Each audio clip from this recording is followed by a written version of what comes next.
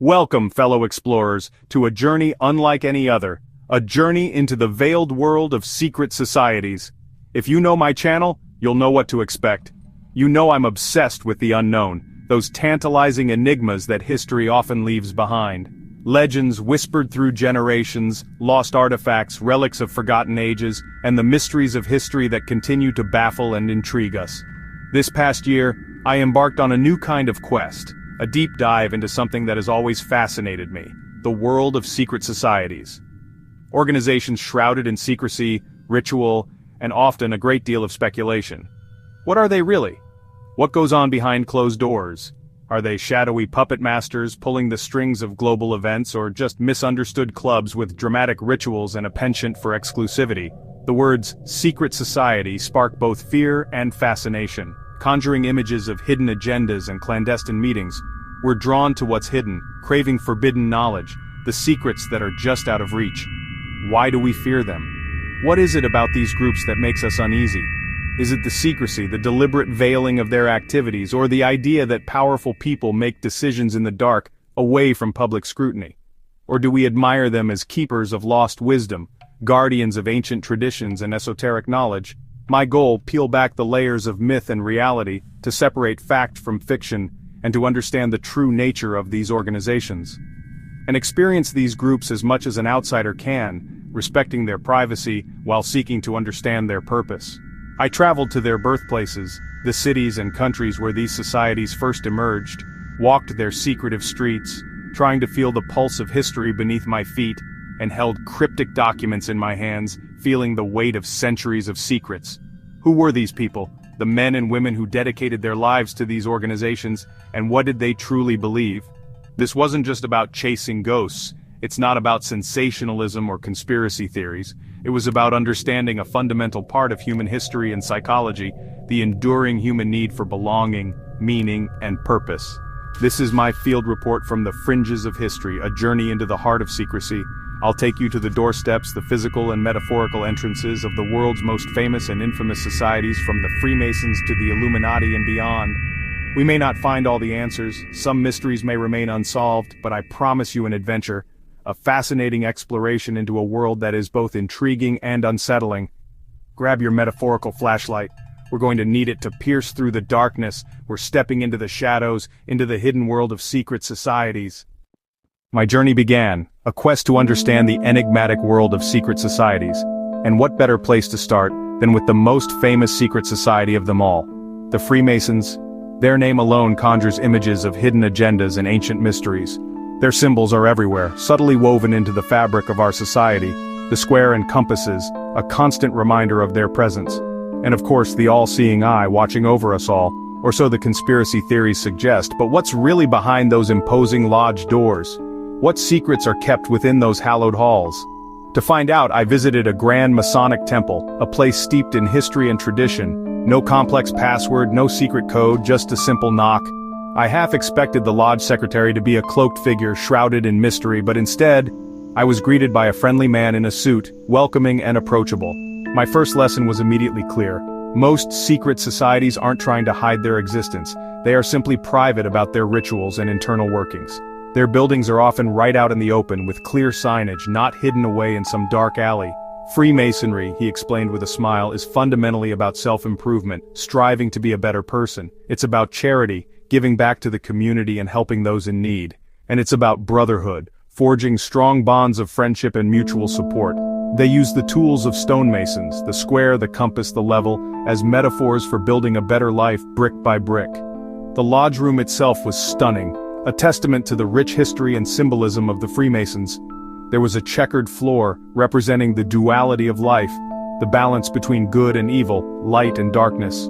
Ornate chairs lined the walls, each with its own significance. And at the center of the room, an altar with a holy book, whether it be the Bible, the Quran, or the Torah.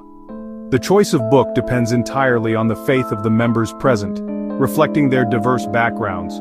The only real requirement for membership is a belief in a supreme being, a higher power that guides and inspires. So what about the secrecy? Well, it's primarily about creating a sacred space, a sanctuary, a place for open conversation, honest reflection, and the exploration of moral lessons through allegory and symbolism. Of course, some things, handshakes, passwords, certain rituals, remain hidden from the outside world. This is done to preserve the mystique, to maintain the sense of tradition and exclusivity that has defined the Freemasons for centuries. You can't simply read a book and understand what it truly means to become a Mason. You have to experience it firsthand, to participate in the rituals and connect with the brotherhood. Ultimately, Freemasons are a unique blend of public charity and private ritual, a combination that has fascinated and intrigued people for generations. They are dedicated to preserving ancient symbolism, passing down traditions from one generation to the next. So, are they secretly ruling the world from behind the scenes? Absolutely not. But their traditions are deeply meaningful to their members, providing a framework for personal growth and community involvement. The real mystery isn't some grand conspiracy, it's the method they use to impart these values, the unique blend of ritual and symbolism, and that's precisely what keeps the legend of the Freemasons alive, captivating our imaginations and sparking our curiosity. Next, my quest led me down a rabbit hole, chasing the most elusive legend of them all, the Illuminati. A name whispered in hushed tones, synonymous with secret societies and world domination. Unlike the Freemasons, who still exist today, the original Illuminati haven't existed for over 2 centuries. Their time in the sun was brief, but their impact on the world of conspiracy theories has been immense. In 1776, a time of revolution and new ideas, Adam Weishaupt, a professor of law, founded the order in Bavaria.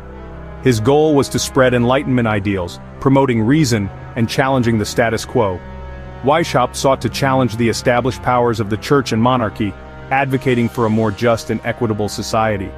To achieve their aims, the group used secret codes and complex rituals and even infiltrated the Freemasons, seeking to influence their members. But their very secrecy, intended to protect them, ultimately led to their downfall. By 1785, just 9 years after their founding, the Bavarian government, fearing their influence, banned them. The authorities seized their documents, revealing their plans and secrets, and exiled Weishaupt from Bavaria. That should have been the end of the story, the final chapter in the history of the Illuminati. But instead, the myth exploded, taking on a life of its own. Ironically, their writings, originally meant to expose their ideals and attract new members, instead fueled centuries of elaborate conspiracy theories, captivating imaginations and sparking endless debate. The real Illuminati was a short-lived, radical group with ambitious goals.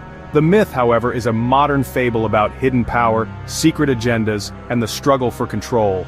There are no secret Illuminati lodges pulling the strings of global events, just the enduring legend, constantly evolving and adapting to new anxieties and fears. My time in Ingolstadt, the birthplace of the Illuminati, showed me how a brief historical fact, a fleeting moment in time, can be twisted and transformed into a global myth, capturing the imagination of millions.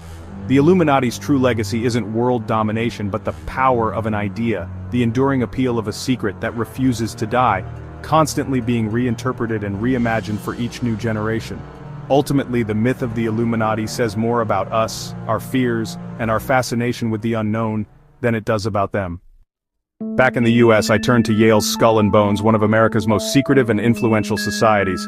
Founded in 1832, its members include presidents, senators, and CIA officials. Their headquarters, the Tomb, is off-limits to outsiders. My investigation relied on observation and archival research. Bonesmen are sworn to silence. The lore is wild coffin rituals, stolen skulls, and lifelong bonds.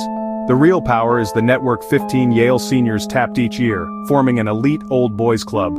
Skull and Bones isn't about ancient philosophy or revolution, it's about power and loyalty. The secrecy forges a bond that lasts a lifetime. I couldn't confirm the wildest rumors, but the society's influence is undeniable. The true secret isn't what happens inside the tomb, it's the invisible network outside. Skull and Bones shapes leaders, not just legends. That's its real legacy. My next stop was the world of the Rosicrucians, a society more philosophical movement than organization. In the 1600s, anonymous manifestos told of Christian Rosenkreuz who returned from the East with secret wisdom and founded the Order of the Rosy Cross.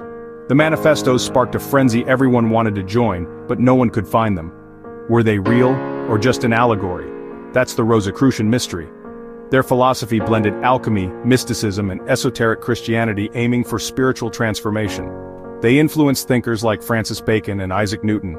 Today, groups like Amorc claim the tradition, offering courses in metaphysics and personal development. The Rosicrucian dream has evolved into a path for spiritual exploration.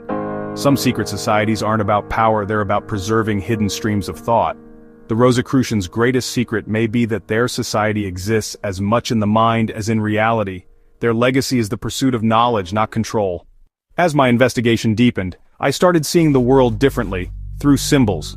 Secret societies use a visual language: the square and compasses, the skull and bones emblem, the rosy cross. These symbols are keys, telling stories about beliefs and values. Rituals use them as props, teaching lessons through allegory. Handshakes, passwords, and signs aren't about world domination. They're practical tools for recognition and trust. In the past, a handshake could mean safety in a strange town. Today, these traditions reinforce a sense of belonging and exclusivity. The symbols and signs are the threads that bind members together. They create a unique culture that endures, often hidden in plain sight. The real power of secrecy is in connection, not conspiracy. Much of my journey happened in libraries, poring over original documents and memoirs. The real stories emerge in these texts, stripped of internet hype. Illuminati writings reveal both paranoia and idealism, a manual for espionage but with utopian aims. Masonic constitutions, by contrast, focus on order, charity, and harmony, forbidding politics and religion in the lodge. These documents contradict the myth of the Masons as a political cabal. The library taught me the difference between a society's internal truth and its external reputation. Primary sources reveal the hopes, fears, and humanity of members.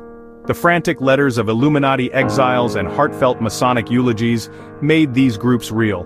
To find the truth, you have to tune out the noise and listen to the past. The archive is where myth and reality meet. After a year on the edge of history and myth, I learned that secret societies live in the gray area between fact and legend. For every wild theory, there's a kernel of truth. For every official story, lingering questions remain. Many founding fathers were Masons, and Masonic ideals shaped America. But the revolution wasn't a Masonic plot. The Illuminati existed, but their myth outlived their reality.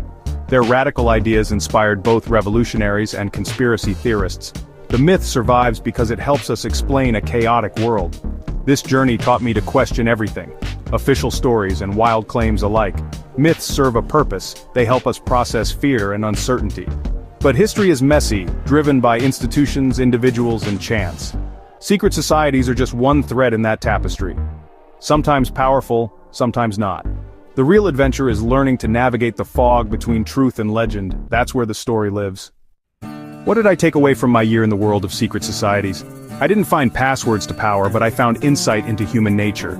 At their core, these societies are about belonging, using secrecy to forge deep bonds. Secrecy creates safe spaces for tradition and friendship, but also breeds suspicion. What's hidden is easily misunderstood. The core values, self-improvement, charity, brotherhood, aren't secret at all. The rituals and symbols are just the method, not the message. The real secret is how these experiences make the lessons unforgettable. I still don't know what happens inside the tomb or the full extent of elite networks, but I found people seeking connection, knowledge, and meaning. The greatest secret is that behind the myths are real people, using ancient tools to create their own worlds. And that, I've learned, is the most enduring secret of all.